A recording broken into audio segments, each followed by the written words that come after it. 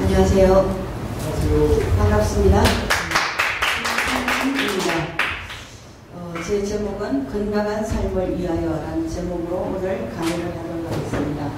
21세기 최고의 법칙은 전 행복이다. 이렇게 한번 정의를 내려봤습니다. 행복 안에 건강도, 수면도, 운동도 또 아니면은 우리의 모든 생활하는 것들이 다 들어가는 게 아닌가 개인적으로 생각을 한번 해보았습니다. 자, 제목은 건강한 삶을 위하여라는 제목으로 하겠습니다. 제 소개를 잠깐 드리면은 저는 이런 강사가 되고 싶습니다.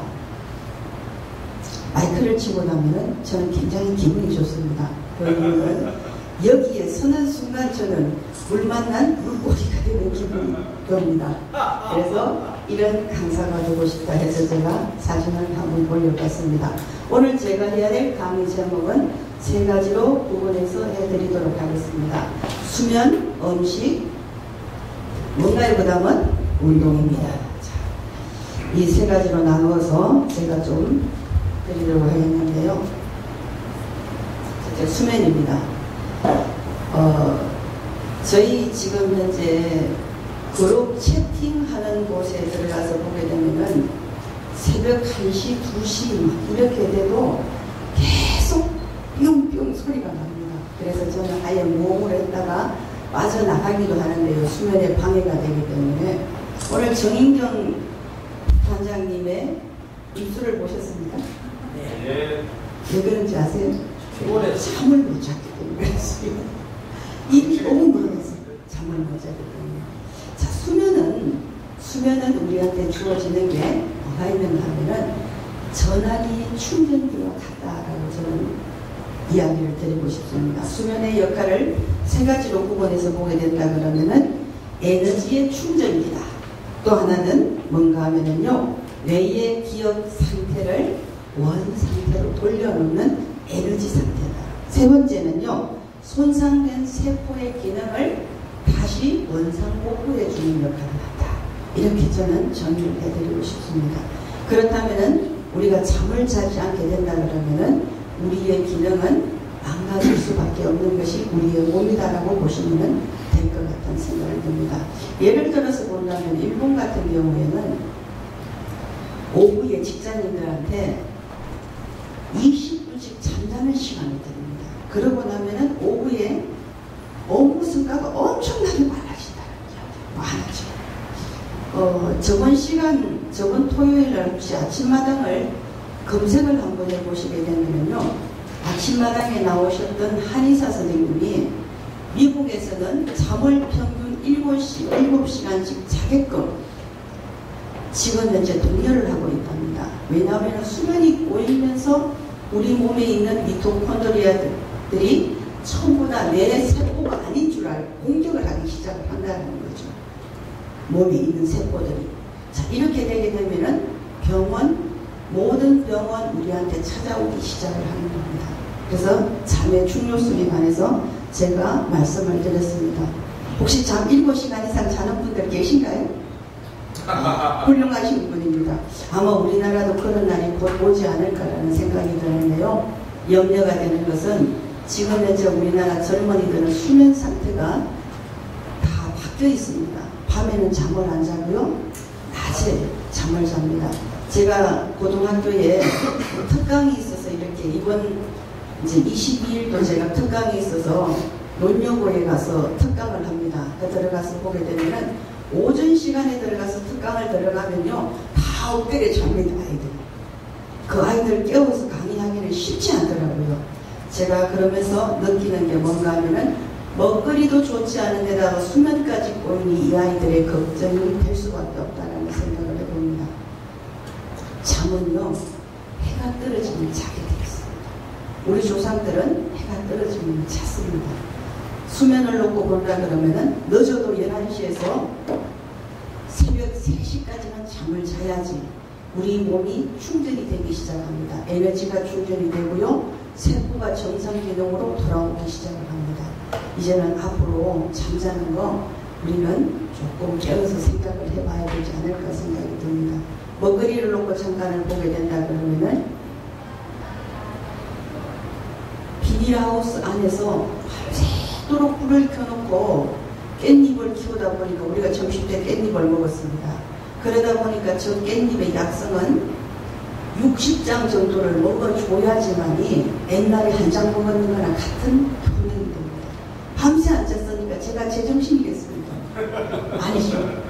잠 못 자는 사람들은요, 걸어다녀도 뜬구름 속에 걸어다니는 기분이 듭니다.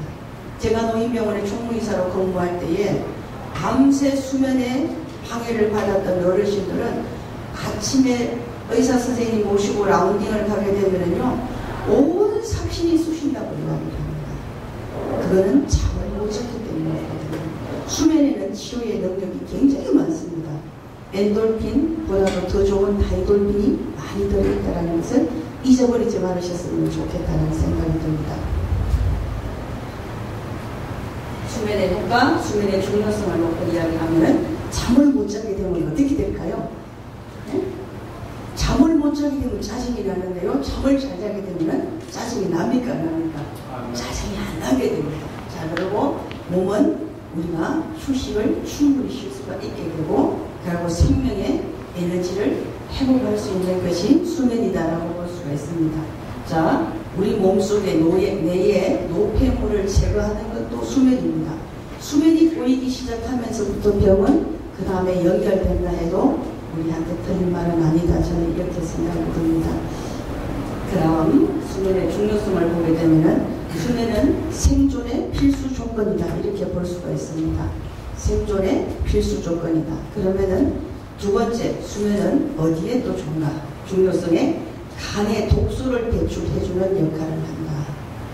내가 간이 안 좋다 이러는 분들이 있다면요, 특별히 병원에 가서 약을 드실 필요는 없습니다. 그냥 모든 것을 어둡게 해놓고 푹 쉬면 됩니다. 2-3일 쉬고 나면 간은 빨리 회복이 되거든요. 그래서 잠을 잘 자야 되는 이유가 여기 있다는 이야기입니다.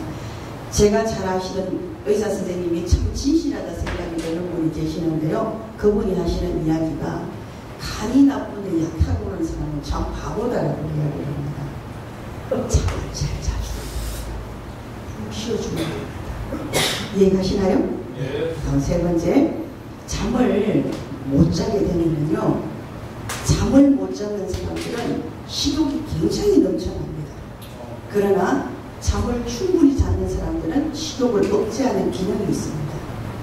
못 자게 되면은 그것을 채우기 위해서 자꾸 먹게 되거든요. 그러나 잠을 충분히 자는 사람들은 이 마음이 안정이 돼요.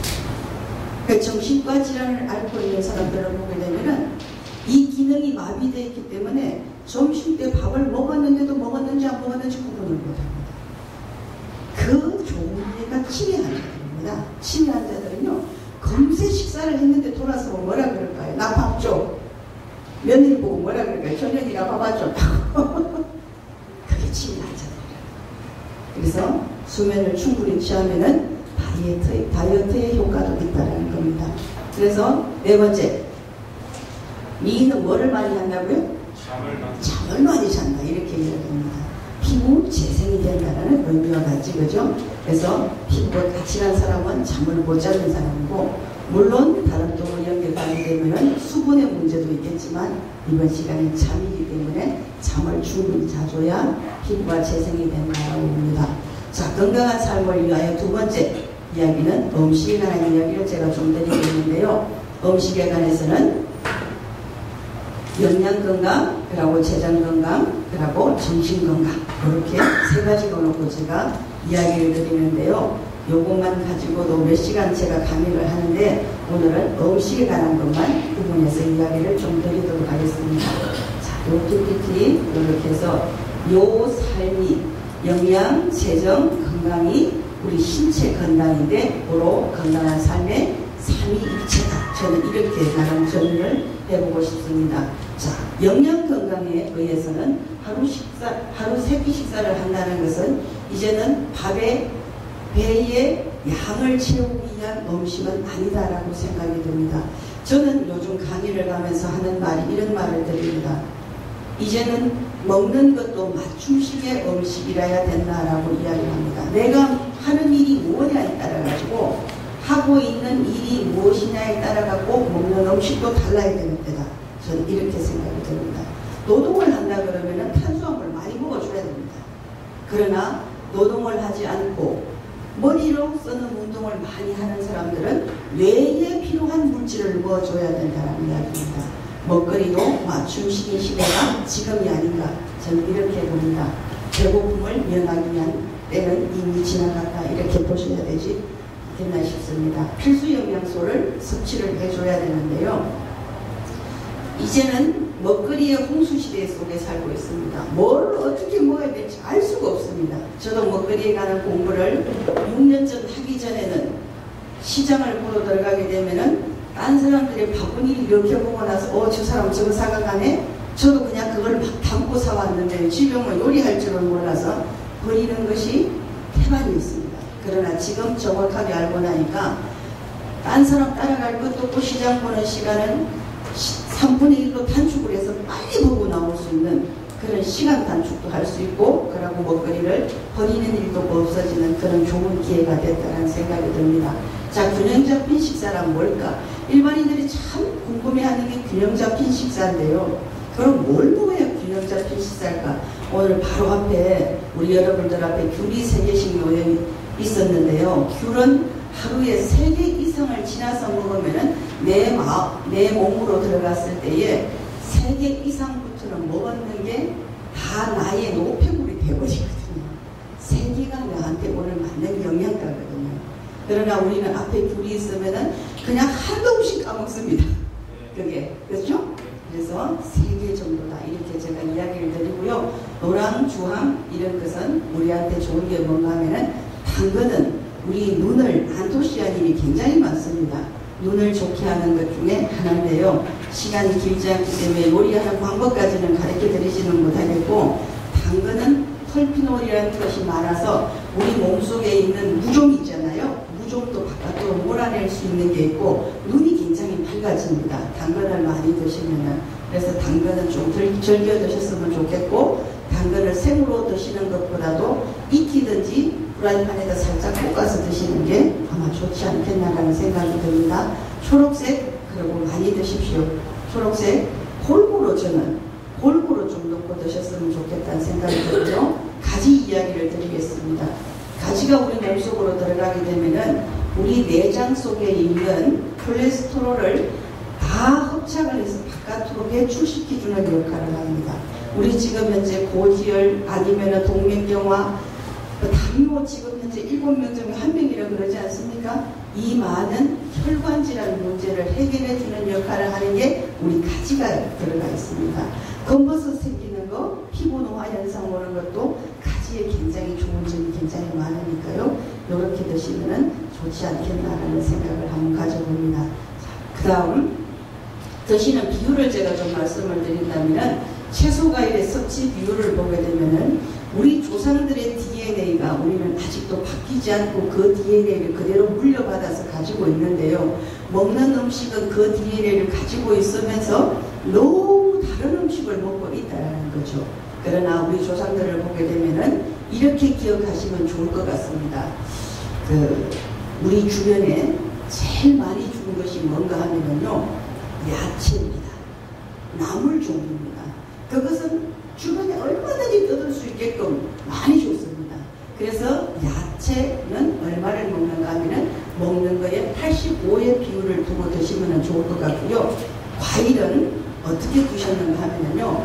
과일은 익지 않은 과일은 못 먹게 되어 있습니다. 떫어서. 그래서 익은 과일은 다 우리가 먹기 불편하도록 나무 위에 뒀습니다. 많이 먹지 말라. 이해가시나요? 예. 나무 위에 뒀습니다. 적게 따서 먹어라. 그리고 동물은 찾기가 굉장히 힘이 듭니다. 그 이유는요. 자주 먹지 말라고. 자주 먹지 말라고. 그래서 우리 조상들을 보게 되면은 토끼 한 마리를 잡아도요. 다 이웃들과 불러서 나누어서 먹습니다. 필요한 동물의 단백질은 우리가 하루 섭취량이 얼마가 되는가 하면은 오늘 저랑 같이 식사를 했는 분들은 엄청 많이 먹더라는 생각이 들 텐데요. 요만큼입니다. 동물 단백질이 필요한 것은 우리 요 대근육도 있는 요만큼. 어떤 학자들은, 영양학자들은 손바닥만한 게만 하루의 필요량이다라고 이야기를 하는데요. 꼭 그렇게 들이시지 않더라도 요즘 많이 나오고 있는 고구마를 드시면은 고구마 하나의 단백질이 22.3%가 들어있습니다. 하루에 고구마 2개만 드셔도 단백질을 충분히 드신다, 이렇게 보셔도 좋을 것 같은 생각이 듭니다. 자, 운동에 관한 이야기를 드리도록 하겠는데요. 건강한 삶 세 번째, 운동은 연령대별로 운동은 다르게 구분되어 있습니다. 자, 그리고 신체 부위별 다르게 되어 있습니다. 살을 빼려고 그러면요, 신체 부위별로 어떻게 운동을 하나, 운동 처방사들의 처방이 따로 놓여 있는데요. 질병별로 또 따로 있습니다. 오늘 우리 명강사님, 송명강사님이 앞에 나와서 운동하는 거는 전체를 해주셨는데요. 오늘 여기에 나왔던 이 모든 것들은 계절별로, 신체별로, 내 아픈 부위별로 운동하는 부위는 다르다, 이렇게 보시면 됩니다. 자, 운동이라는 건 사람이 몸을 단련하거나 건강을 위해서 몸을 움직이는 일이다. 그래서 꾸준하게 움직였으면 좋겠다는 생각이 들고요. 마지막 멘트로 용불용수입니다. 내가 움직이는 만큼 내 몸은 건강해진다. 여기서 마치겠습니다. 감사합니다.